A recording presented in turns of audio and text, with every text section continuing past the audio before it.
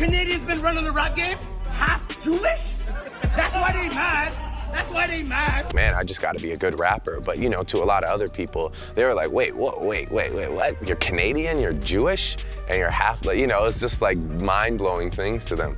But like I said, yeah, I don't think that, you know, it wasn't like on my mixtape cover, it just said like the new Canadian half-black Jewish. Like, it wasn't like advertised. So people had to go kind of find out about me. So, our favorite Canadian cosplayer is at it again, and this time he's really showing his whole maple-flavored behind. Drake, honey, I thought you learned your lesson after Kendrick Lamar absolutely demolished you, but I guess some people just love the taste of their own foot, huh?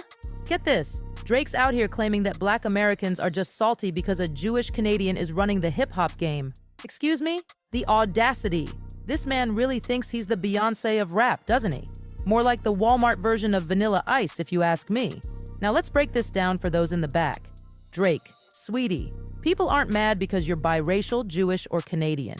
They're mad because you're a culture vulture extraordinaire who's been riding the coattails of Black American culture. This man has been accused of mocking Black trauma, shading Black women, and hanging out with known racists. It's like he's playing racist bingo, and he's going for a full house. And now he has the nerve to play the victim card? Please, Drake, the only card you should be playing is your exit from the hip-hop scene. Remember when Drake posed in blackface and then tried to pass it off as raising awareness? Honey, the only thing you raised was our collective blood pressure. And don't even get me started on his slavery punchlines. It's giving, I have Black friends energy. And it's not cute. But wait, there's more. Drake's been cozying up to some seriously shady characters. We're talking about the Hells Angels, bestie. You know, the biker gang with a history of racially motivated violence? Yeah, that Hells Angels. Drake's over here wearing their merch like it's supreme. Newsflash, Drizzy, supporting white supremacist gangs isn't the flex you think it is. And let's not forget the time he allegedly threatened XXXTentacion. I mean, what kind of petty, insecure man-child threatens a teenager? Oh wait, I forgot we're talking about Drake. This man's ego is more fragile than my phone screen after I dropped it for the 100th time. But the cherry on top of this mess Sunday?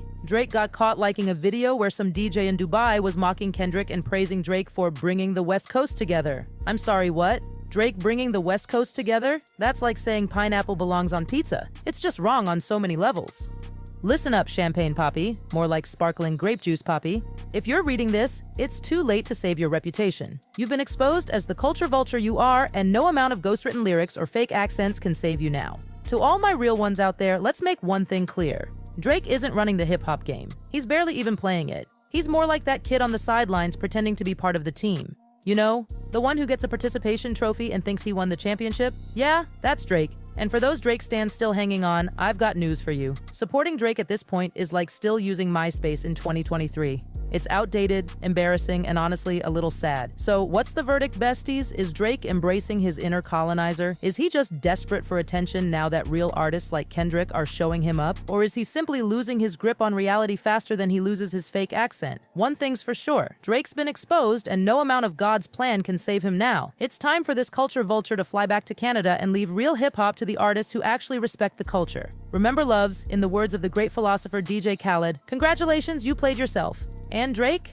He's been playing himself for years. Now let's take a moment to appreciate the real kings and queens of hip-hop who don't need to appropriate culture or hang out with racist biker gangs to stay relevant. I'm talking about the Kendricks, the J. Coles, the Megan Thee Stallions of the world. These are artists who lift up the culture instead of exploiting it faster than Drake can change his accent. Speaking of accents, can we talk about Drake's linguistic gymnastics for a hot second? This man switches up his way of speaking more often than I change my Instagram filters. One minute he's all Toronto ting, the next he's trying to sound like he grew up in the streets of Atlanta. Pick a lane, Aubrey. And don't even get me started on his lyrics. Remember when he said, I'm a bar spitter, I'm a hard hitter?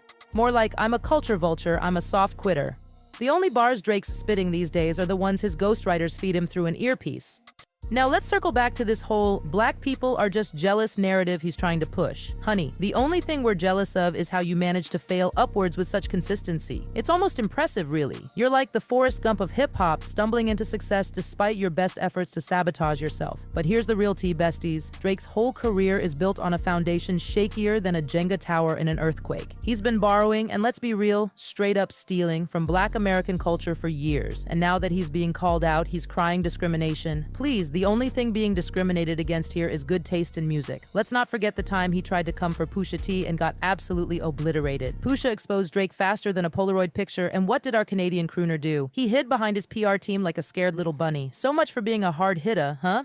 And now he's out here trying to claim he's the glue holding the West Coast together? Drake, sweetie, the only thing you're holding together is your fragile ego with some discount scotch tape and delusion. Here's a pro tip for Drake. If you have to keep telling people you're running the game, chances are you're not even on the field. Real kings don't need to announce their kingship, hun. They just wear the crown and let their work speak for itself. But I guess when your work is a mishmash of stolen flows, appropriated slang, and more ghostwriters than a haunted house, you've got to compensate somehow, right? So, what's next for our favorite Canadian disappointment? Will he finally take the hint and bow out gracefully? Will he double down on his delusions and drop another album full of stolen culture and mediocre beats? Or will he just retreat to his mansion and cry into his collection of Hermes bags? Whatever he does, one thing's for sure. The hip-hop community is done with his antics. We've seen behind the curtain, and it turns out the great and powerful Oz is just a scared little boy from Toronto playing dress-up. To wrap this up, let me leave you with this thought. In a world full of Drakes, be a Kendrick. Be authentic, be respectful, and for the love of all that is holy, don't pose in blackface and then try to pass it off as social commentary. Remember, besties, real recognizes real, and right now, the only thing real about Drake is how desperately he's clinging to relevance. So, what do you think? Is Drake's career finally going down faster than his fake patois? Or will he somehow stumble into another hit and keep this charade going? Drop your thoughts in the comments below and don't forget to like and subscribe for more piping hot tea. Until next time, stay fabulous, stay woke, and remember, in the immortal words of Maya Angelou, when someone shows you who they are, believe them the first time. And Drake? He's been showing us for years. It's about time we all started believing it. Bye!